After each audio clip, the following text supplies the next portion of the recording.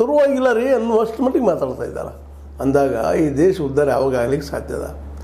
Middle class ಏನೋ ಸಮಾಧಾನ ಮಾಡಿದರು, ನಾವು ಎಲೆಕ್ಷನ್ಗಳಿದ್ದಾವೆ ಮತ್ತೇನಿದ್ದಾವೆ, ದೆಹಲಿಯಲ್ಲಿ ಎಲೆಕ್ಷನ್ ಅದ, ಈಗ ಅಲ್ಲಿ ಹೆಚ್ಚು ಮಿಡಲ್ ಕ್ಲಾಸ್ ಜನ ಇದ್ದಾರೆ, ಅವ್ರಿಗೂ ಸ್ವಲ್ಪ ರಿಲೀಫ್ ಸಿಕ್ಕ ಒಳ್ಳೇದಾಯ್ತು ರೀ, ಭಾಳ ಒಳ್ಳೇದಾಯ್ತು ರೀ ಅನ್ನುವಂಥ ಖುಷಿ ಪಡೋಂಗೆ ಮಾಡ ಇನ್ನೊಂದು ಕಡೆ ಜೋರ್ದಾರ ಹೊಡೆದಾಗ ಕೊಟ್ಟಿದ್ದಾರೆ.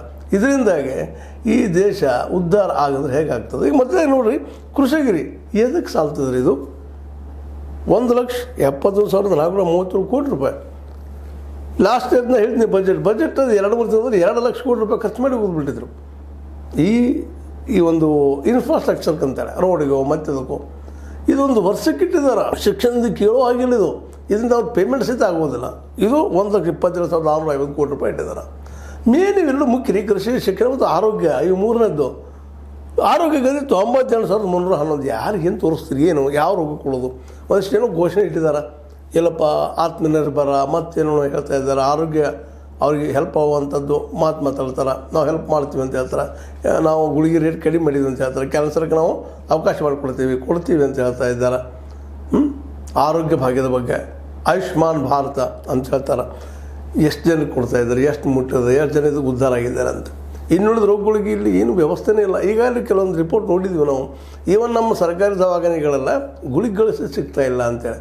ಮತ್ತು ಇಷ್ಟು ಬಜೆಟ್ ಬಿಟ್ಟಾಗ ಯಾರಿಗೇನು ಕೊಡಲಿಕ್ಕೆ ಸಾಧ್ಯ? ಅವ್ರು ಪೇಮೆಂಟ್ ಆಗೋದಿಲ್ಲ ರೀ ಡಾಕ್ಟ್ರಲ್ಲಿ ಕೆಲಸ ಮಾಡೋರಿಗೆ. ಅಂದಾಗ ಬದುಕೋದು ಹೆಂಗೆ? ನಿಜವಾಗಿಯೂ ಅತ್ಯಂತ ನೋವಿನ ವಿಷಯ. ಕೃಷಿಗಿಂದು ಮುಗಿದೋಗ್ಬಿಡ್ತು, ಏನು ಉದ್ಧಾರ ಆಗೋ ಸಾಧ್ಯತೆಗಳಿಲ್ಲ. ಹೋಗಲಿ ಕಡೆಗೆ MSP ಬಗ್ಗೆ ಯಾರಾದರೂ ಕಾನೂನು ಮಾಡೋದನ್ನಂದ್ರೆ ಅದು ಎಲ್ಲಿ ಮಾತೂ ಇಲ್ಲ, ಶಬ್ದ ಇಲ್ಲ. ಅದು MSP ಬಗ್ಗೆ ಭಾಳ ಮಹತ್ವದ ರೀ. ಮಿನಿಮಮ್ ಪ್ರೈಸ್ ರೇಟ್ ಕೊಡಬೇಕಾಗಿತ್ತು ಪಾಪ ರೈತರಿಗೆ.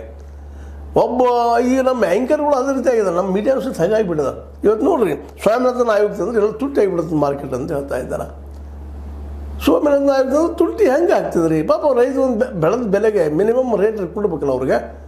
ಇಲ್ಲ, ರೈತ ಏನಾಗಲಿ ರೀ, ನಮ್ಗೆ ರೇಟ್ ಇರಬಾರ್ದು ಅನ್ನುವಂಥದ್ದು. ಇವ್ರು ಎಷ್ಟು ಪರ್ಸೆಂಟ್ ಇದ್ದಾರೆ ಈ ದೇಶದಲ್ಲ? 10 to 15%. ಅವರಿಗಾಗಿನೇ ಈ ಬಜೆಟ್ ಮತ್ತೊಮ್ಮೆ ಆಗಿದೆ. ಮತ್ತೇನಿಲ್ಲ ಇದ್ರೊಳಗೆ. ಈಗ ಹೇಳೋದ್ರಿಂದ ಕೆಲವೊಬ್ರು ನೋವು ಆಗ್ಬೋದು, ಬಟ್ ಈ ದೇಶ ಉಳಿಬೇಕಲ್ಲ, ಹೆಂಗೆ ಉಳಿಲಿಕ್ಕೆ ಸಾಧ್ಯದ? ಉಳಿದ 85-90% ಜನರಿಗೆ ಏನು ಬದುಕ ಇಲ್ಲಿಲ್ಲ ಏನು. ಇದು ಮತ್ತೊಮ್ಮೆ ಪ್ರೂವ್ ಆಗ್ತಾಯಿದೆ. ಸಾಲ ಮನ್ನಾದ ಬಗ್ಗೆ ಅಂತ ಮಾತಿಲ್ಲ. ರೈತರದ್ದು 2,72,000 ಕೋಟಿ ರೂಪಾಯಿಗಳನ್ನು